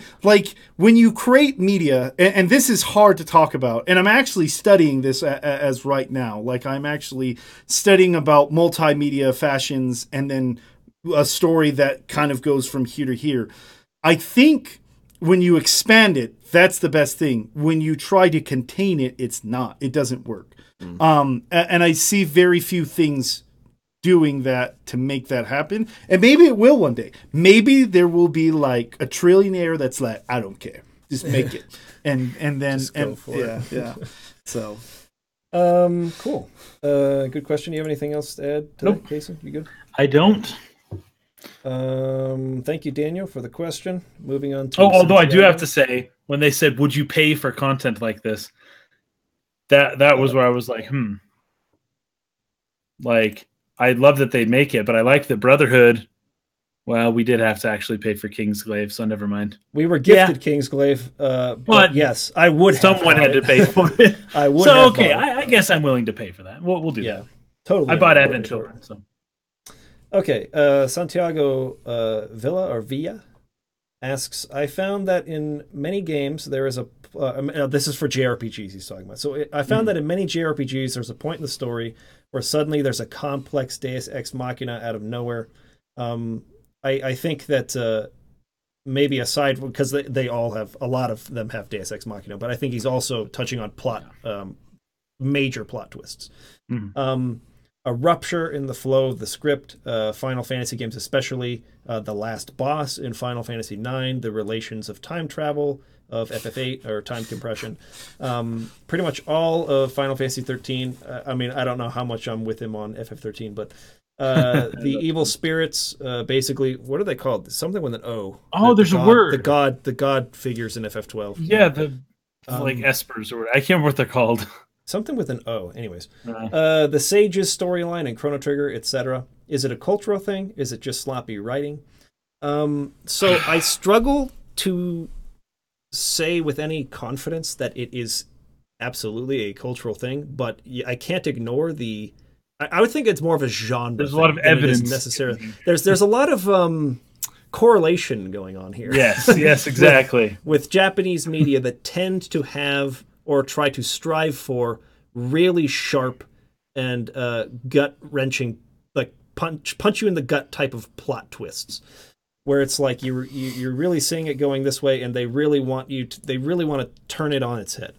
I won't say Okuria. Thank you. Okuria, so, yeah, that's what they're called in FF12. Yeah. So it's very true of Final Fantasy games, I think, post FF6. So like FF7, not as much, but to some degree, a little bit, not as much. But 8, 9, 10, I mean, they really started doing this. It became kind of a staple for the... Well, would 6 be the whole entire, like, world-ending thing, though? Well, I don't think that was necessarily a plot twist in that, like... Yeah, and I wouldn't call that Ex Machina either. Oh, okay, yeah, that's true. Okay, yeah. It was in the sense that, like, you don't expect the heroes to lose. Yeah. But at the same time, it's not quite the same thing as thinking the entire time that this character is who they say they are, and it's like, nope, like... Or in FF9, like, this isn't really the villain. Like, there's this whole... It's just very out of nowhere, that final boss, right? Anyways, but yes, I think you're right, Santiago, in noticing the correlation. I think that that with JRPGs in particular, this became very popular in the PS1 era. Yeah, no, it also became popular in 90s anime. In 90s anime. I think there is a cultural Japan-specific correlation. I believe that the 90s anime is what inspired the JRPGs of the late 90s, mid-90s PlayStation 1 era to kind of start incorporating this sort of thing. So I would venture to say, yes, it is probably a cultural thing. It caught on. People really liked it. And so a lot of people, anytime something does really well, you'll see a lot of people sort of try to borrow or incorporate it into what they're doing because, people liked that. That was popular. That was, people will like our thing better if we incorporate that as well. So I think that is probably true. But I don't really know how else to answer the question other than I think so, but I don't want to say for sure. Like it's just a Japanese thing because it's not like plot twists like that aren't common in other cultures. Yeah, they happen in other cultures. Yeah. And I would say that I don't think that's a cultural thing. I think that's a very wide, because I don't know, comics do it too. Yeah, that's true. And so, I mean, it's just not video. Okay, here's where I'll say that. I think different cultures go through different trends, and Japan may have been going through that trend at that time, but it doesn't mean that it's Japan's Deus Machina all the time, Yeah. I'll say that anime was going through that trend at the time, and video games, especially JRPGs, are very inspired by anime. Yeah. Their art styles, their stories, their tropes are very similar. I mean, it's obvious that anime inspires JRPGs to this day, but especially like that became very true in mid-90s. I mean, you saw artists like Akira Toriyama coming to work on like Chrono Trigger and Dragon Quest, right? So they were getting anime artists to come in and do art and character design on these games. And so obviously, and every single freaking interview from developers that I read on these JRPGs when I do my reviews is that they were obsessed with Gundam. They had Gundam models on their desks. They were all obsessed with Gundam. Gundam was freaking so big all of them. In the 80s and 90s. Oof. And so obviously a lot of these game developers loved anime. And I think that for that reason, with anime going through that trend during that time, that they borrowed it. These game developers borrowed it for their games too, and it became very common in games. So some of what we're referring to is I don't know that it always needs to be considered a Deus Ex Machina. I think sometimes that is maybe not the right word for it, but I think what they'd be getting at would be better described as like the idea of a fourth act, right? You have your 3-act structure for any type of story, right? And you have your typical story arc. You think it's ending, but then nope. And then all of a sudden something crazy. So there's a crazier thing that happens after the crazy thing happened, right? And sometimes it's like you just didn't need to do that. And so it seems like a Deus Ex Machina type of situation because it just didn't need to happen. At least that's not the way you think of it. I think an example, not of Japanese media, but of Western films, I guess, would be Dark Knight. We actually mentioned The Dark Knight earlier, but the concept of having a fourth act, right? So the Joker, he does all his crazy stuff. He kills some people. He burns the money. He does all his things. And then, you know, they kind of catch him and bring him into prison. And it's like, whoa, that was a crazy adventure, right? Wow. But we finally got him and man, everything's coming to an end. And it's like a pretty good movie up to that point, you know?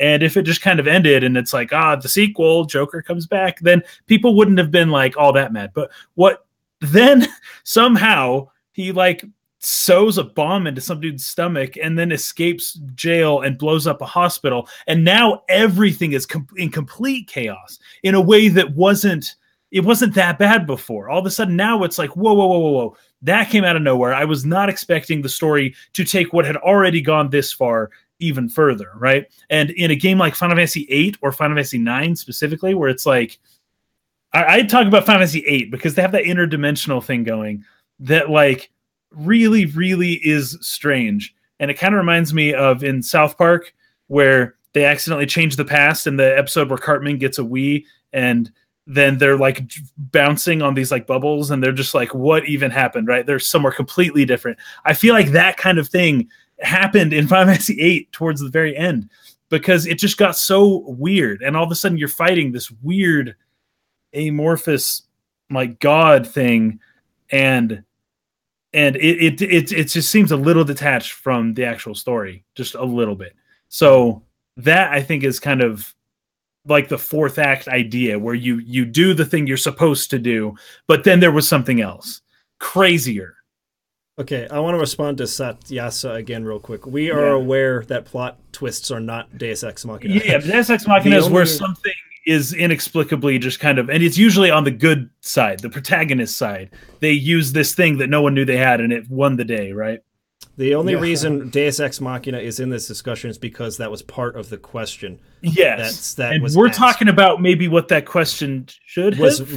He meant to say plot twists. Yeah, but he said Deus Ex Machina. So we're and aware. Also to Santiago's credit, this was a longer question that was condensed. So Deus Ex Machina would be the fact that Squall and Renoa are out in space floating away, gonna die, but then like the ship is like right there. All of a sudden it's like, we get to live now. We can escape now. So, lucky you, Deus Ex Machina. I call that convenient writing. Like Deus Ex Machina is convenient. It is convenient. It's convenience. It's essentially what it was. So, but I think this is an interesting point, and I think the other thing that is not brought up, because you have these, when it comes to narrative, you have, again, these two people that are clamoring when it comes to audience.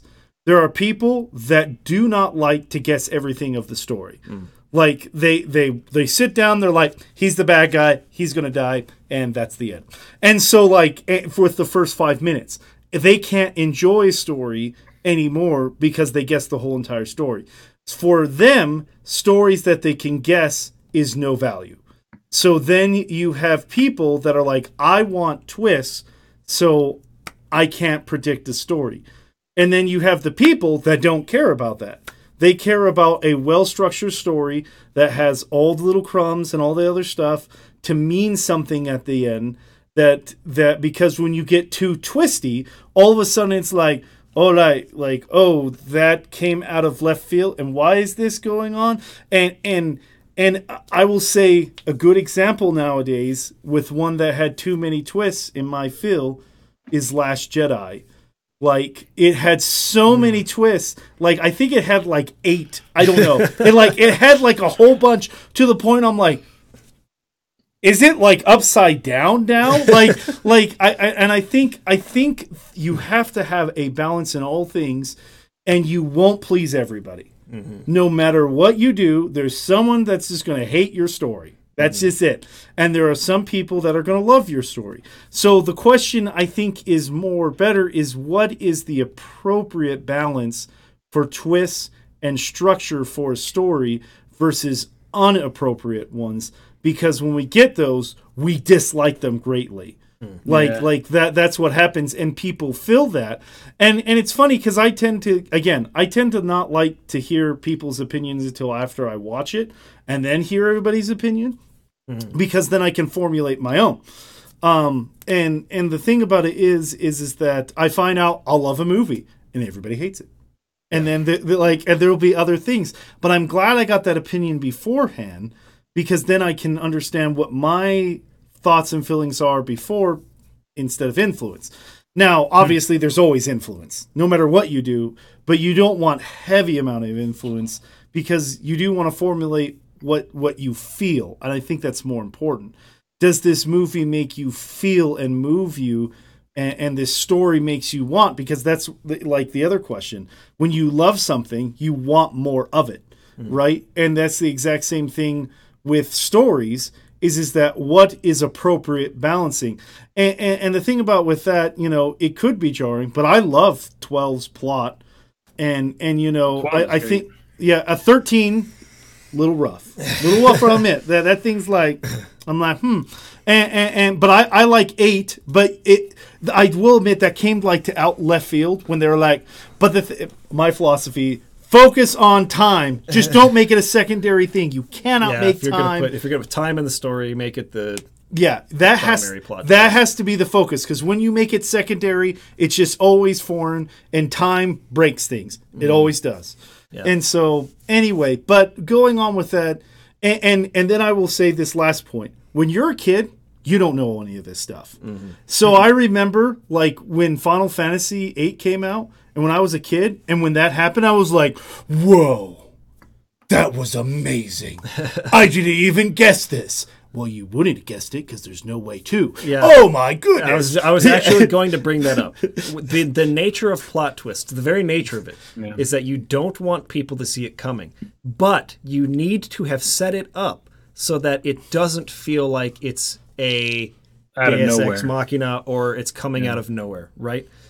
You want to set up so that when it happens, people go, oh, remember when they did this earlier? But it needs to be so subtle that you just don't see it coming when it happens, and it punches you in the gut. There's one that actually did that well, which was Final Fantasy VII. I used to think when I first played the game that, okay, spoilers for Final Fantasy VII. All right, let's wait like 3 seconds. 1, 2, 3. Okay. That at the very end, the meteor's coming. It's about to hit the planet. You're like, oh, we screwed up. But, you beat Sephiroth. You killed him, right? You did your thing. But now everything's still going to end. Like, oh, what was the whole point? And then all of a sudden, basically out of nowhere, the live stream comes up and, does its thing and saves the planet. And the credits roll like 1 minute later. And it's like, would the live stream, like, I used to think that was straight up Deus Ex Machina, right? And to some extent it is, because it's like, oh, there's this huge problem. How are we going to fix it? Well, don't worry. The planet's got you covered. You didn't need to worry to begin with, right? So, okay, weak. That kind of makes it lame a little bit. But at the same time, you think of Aerith's role in the whole thing and Sephiroth and how he was trying to take advantage of this stuff. And when both the barriers of Aerith no longer being present in your place, but part of the live stream, and then Sephiroth no longer being a hindrance to whatever was going on, that maybe enabled that to happen in the first place. So maybe it's not totally Deus Ex Machina, but it kind of felt that way a little bit. But I think Final Fantasy VII did a good job of setting it up the way that you mentioned, Mike, to where it didn't feel like maybe the way Final Fantasy 8 and 9, the way that those ended, they just hit you out of nowhere. It's like you had no idea that this could possibly have happened. Whereas in Final Fantasy 7, it was like, oh, the planet can kind of defend itself. Oh, interesting. Okay. They talk about Genova and the planet fought back. I'm like, oh, okay, I guess the planet, weapons and everything. Yeah, weapons and everything. Yeah, it's like, okay, the planet is capable of doing this. And then when it finally happens later on, it's more meaningful. Yeah, they set up for the entire thing that the planet is alive, essentially. Yeah. That the planet has its own sentience. Yeah.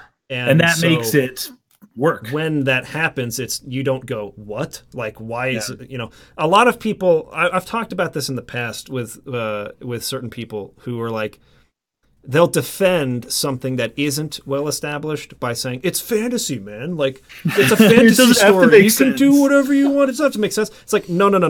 Good world building is all about using your exposition throughout the entire story to build what the rules of your universe are, what the rules of your world are, so that when you do something crazy, people don't go, why? A lot of people, I think someone even brought it up here, talking about the eagles in Lord of the Rings, right? Like, why don't the eagles just, why don't they just go get the eagles to fly it into Mordor? Everything. Okay, yeah, right? A lot of people... Right. And that's probably a legitimate criticism of the Lord of the Rings if you're just looking at the Lord of the Rings. But within extended material, you find out that they can't just go get the eagles. The eagles have like their own... Gandalf can't just fight Sauron. The eagles can't just drop the ring in the mountain. Yeah. Like, there are rules here, and it does make more sense with the And it sets them up, and it sets up the eagles as being not necessarily all that concerned about what's going on in Middle-earth. Yep, like kind of they have Tom other Bombadil stuff to worry about, right? But it's probably a legitimate criticism. It's not that the eagles within that universe are a Deus Ex Machina. It's that there's probably not enough exposition that sets up the rules behind eagles. Why can they not just go and get them and fly it in there? Right? That's the question people ask. And that means you didn't set it up right. So if you're going to have huge plot twists, what you want people not to do is for it to happen and go, wait a minute, but this is easily solvable because of A, B, or C.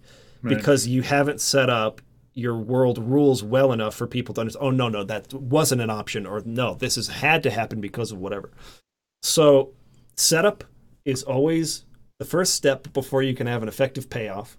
And it's really hard when you want that payoff to feel like no one could have guessed that was going to happen.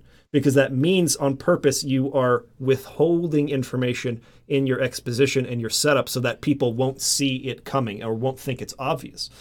And then they'll go, oh, crap, I never knew that was going to happen. Yeah. But at the same time, again, what you want them to do is have it happen, have the gut punch go like, oh, but then I should have known it was right in front of me all along.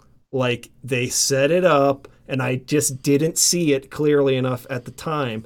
That's, I think, what you strive for with a good plot twist. But it's very hard to do. Yeah, and I think the master, and this character still lives today, this person that wrote this character was amazing at that, and that's Sherlock Holmes. Yes. And so the thing about it is that like he was so good, the writer was so good at being able to make you be so distracted with these other things that you don't see these clues. And that's the thing that you have to realize too as well, because yes, setup's really good too, but you have to make good distractions so people are not focusing on the breadcrumbs. Right. They're focusing on all this, exposition that doesn't really matter. And then all of a sudden, bam! Oh, that matters. Yeah. So you kind of have to be a magician. That's what you have to be. You're like, oh, look, it's cool. Sleight of hand. It's a very good analogy. Yeah. And so I mean, and that's what people love, because people love that. Now, granted, not every story is like that. There are some, I think, simple stories out there that you can enjoy. Like, as I said, Godzilla, kaiju movies, and like kung fu movies. Like, there are stories that are meant to grip you and have you narrative-wise, right? Because that is their purpose. And then there are some stories, it's just there. This is a sidekick. Here's what you came for. Yeah. And I think you need to have, again, that focus. Advertise what you want the people to know what it is. Yeah. And then say, okay, like, I came here for action. I didn't come here for anything else. So, but I think there is enjoyment. As, again, entertainment, movement. You got to understand what you want in the beginning. And then it, like, I hate, like, this is my pet peeve, where it's like entertainment. like it's clearly an entertainment movie. Like it's just supposed to be entertainment, but they're like, oh, it was so moving. It was this amazing, and all this stuff. I'm like, no, that's just simple fun. There's like nothing. I think I felt bad because this is Trolls 2. Like they did a documentary on that, and when they went to the director and they asked him, because obviously it was ripped off and all that other stuff and da da da da. Like there was a whole big function upon other movies, and they asked him, what do you feel about your movie? It kind of being a B-rated thing, and he was like, no, amazing. And so like he could not grasp that, or did not want to grasp that his movie had a lot of things that cater to it not ripping something else off. Mm-hmm. He wanted to make it seem like it was original content, which it was clearly like the beginning of it was set up like, oh, this is a sequel to a very good horror movie, and it wasn't. Mm-hmm. So it's like those things. You have to be careful. It's just like Mass Effect. So yeah, Mass Effect. Let's never speak. Nice. Okay. Anything else to add, Kason? Nope. Okay. Let's move on to our last question. Last question for the day. This comes from Valvedrix. The question is, do you think that Square-Enix will continue to borrow aspects from Western RPGs and use them in their games? We've seen this with Final Fantasy 15, as the game had an open world design, which wasn't something all that popular in the JRPG market before. It also incorporated selectable dialogue options, though this can be traced all the way back to Final Fantasy 13 too. Once again, this feature is way more present in Western RPGs of the likes of BioWare and Bethesda, and relatively new and an uncommon thing in JRPGs. Square Enix has been very vocal, especially when it comes to the Dragon Quest series, that they covet the Western market. They want it bad. Yeah. And I mean, it makes sense. Japan is a very small market in comparison to the West. Yeah. There are a lot more sales to be had in the West. So, for that reason, just from strictly a business aspect, I would think that, yes, we're probably going to see more borrowing of Western RPG concepts.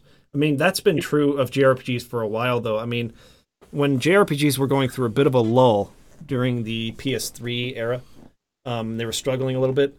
I try to think of the games that, aside from handheld games, because there were some great handheld JRPGs that sort of like revived it a bit. But I think of like Xenoblade Chronicles, and I think of like Final Fantasy 12 at the end of the PS2, right? Even Final Fantasy 12 to a large extent, I feel, borrowed concepts from MMOs and Western RPGs to an extent. And Xenoblade Chronicles was really, I feel, what's the word? It revived JRPGs on console to a degree where, like, I don't know, but to a large extent, it borrowed a lot of concepts from MMOs and Western RPGs, and I think that did so well with the Western market, which is where a huge portion of the sales came from, that a lot of Japanese companies from there sort of took note, and they've seen their games selling better in the West by sort of taking some of these concepts from Western RPGs. I don't think it's necessarily a bad thing, but we have seen the traditional console JRPG disappear. You don't, aside from maybe Persona, right? Persona has kept it alive, some Atlas games. But to a large extent, like, that just has kind of gone away, and you've seen this melding of JRPGs with more Western-style RPGs on console and stuff like that. On handhelds, they've preserved it pretty well, but on console, you just don't see it very often. And I think it's 100% because they're chasing the global market. And if they could make a game that's just for Japan, but you can make a lot more money if it can be sold all around the world. So yes, I think that they will continue in that direction. I think that the Final Fantasy 13 series started trending that way towards the end of it, like 13-2 and then 13 Lightning Returns. Mm-hmm. They kind of were going that way with that. Final Fantasy 15 obviously went that way.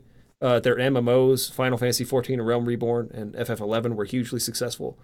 So I don't see anything that indicates that they would step back from going in that direction. It's working. So me neither, but I will say that I think Japanese RPGs have been doing this even like longer than it seems, right? Even from Final Fantasy 1. We have what clearly looks to be medieval architecture.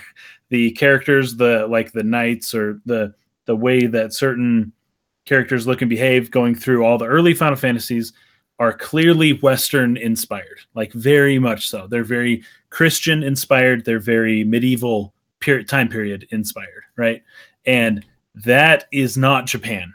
That is, they're making games that are set in, theoretical Europe or America or somewhere like that, right? And so kind of from the get-go, they have been really trying to get Westerners to play their games.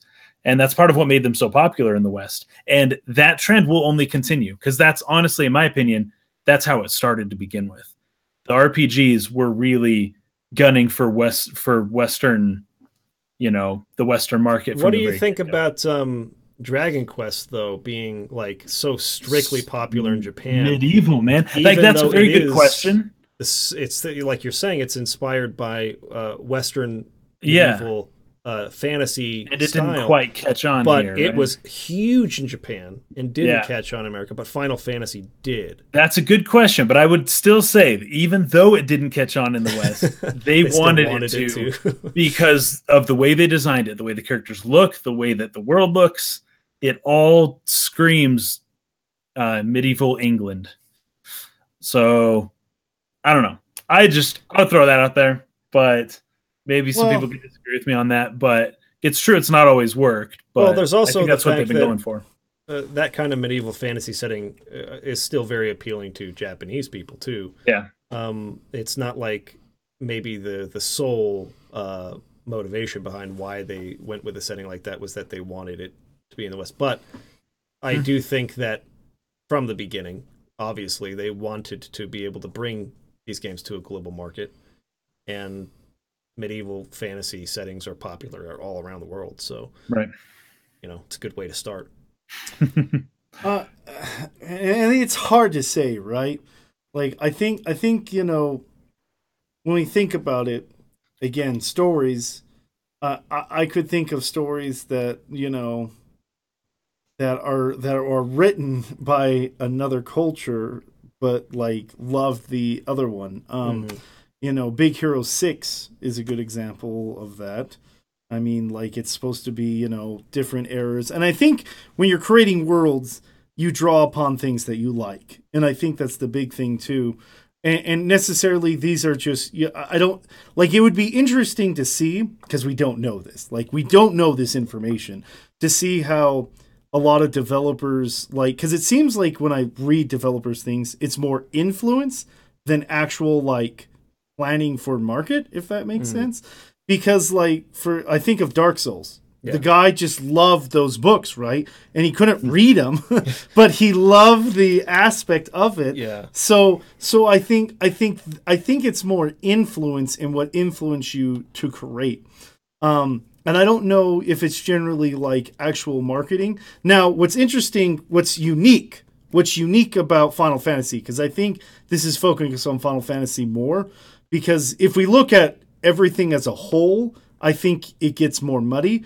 But if we look at Final Fantasy 13 to 15, right? Mm-hmm. Because the whole thing about Final Fantasy 13 was that it wasn't Western enough. Yeah, it was too linear. Yeah. Too anime. Yeah. It was everything that was set up for more of a Japanese market. And then that people love Final Fantasy over here, like recoiled and rejected it a lot. Yeah. And then Final Fantasy 15 came out, and I would think that was set up for our market, like very Western. Oh, yeah. Yeah, a lot of other things. Maybe the characters weren't as Western as us. Their names sure were. Yeah. The Latin and German names. Latin and German names. Yeah, and so but I think I think that has to play a factor into it. But look what happened when they had Final Fantasy 15. You had people that loved it and people that hated it. Mm-hmm. And so I think what matters is care.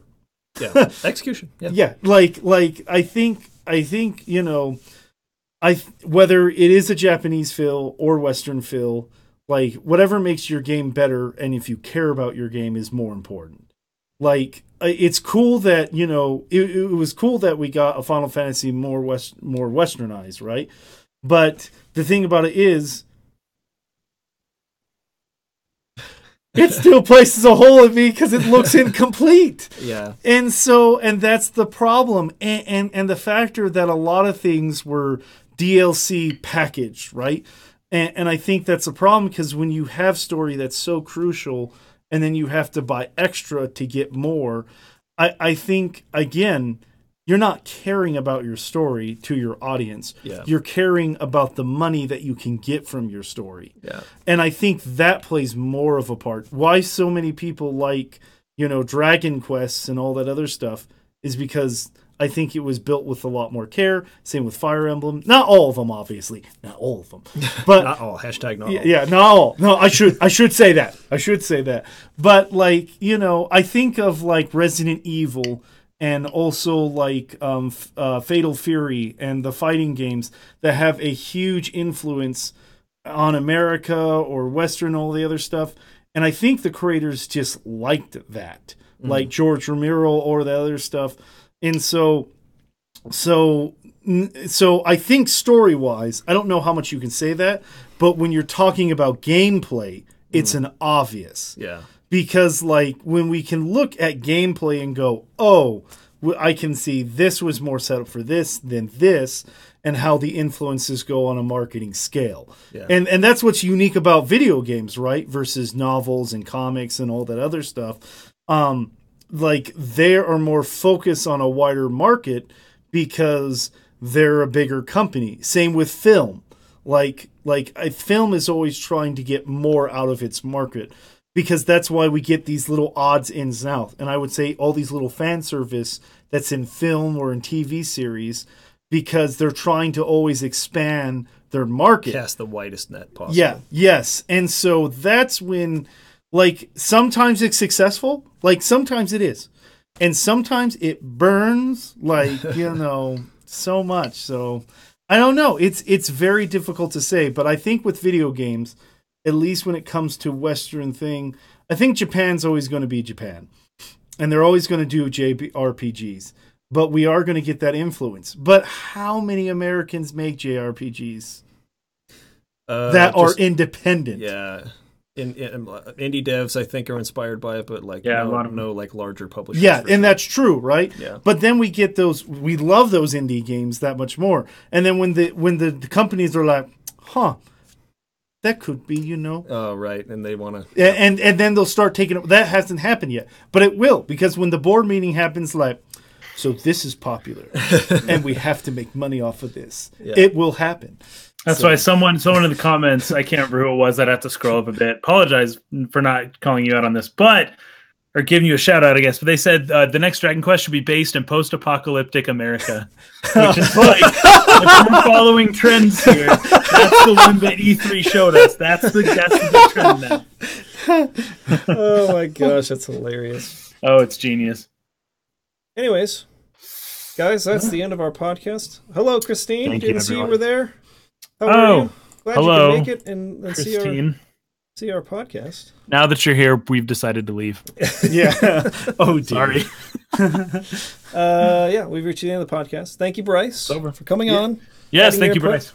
It was awesome. Good discussion. Yeah. Apologize if you guys didn't agree with our opinions on Steam. Sorry. Sorry, not sorry. Sorry, not sorry. But thanks for supporting the podcast. If you're listening to this audio only, you can come check us out on YouTube at Dark Pixel Gaming, where we upload this video once a week as well. You can see our faces while we talk instead of just listen to the voice. or vice versa. If you're tired of seeing our faces and you just want to listen to what we have to say, we also have an audio-only version of the podcast, which you can see in the description. And you can listen to in your cars and whatnot.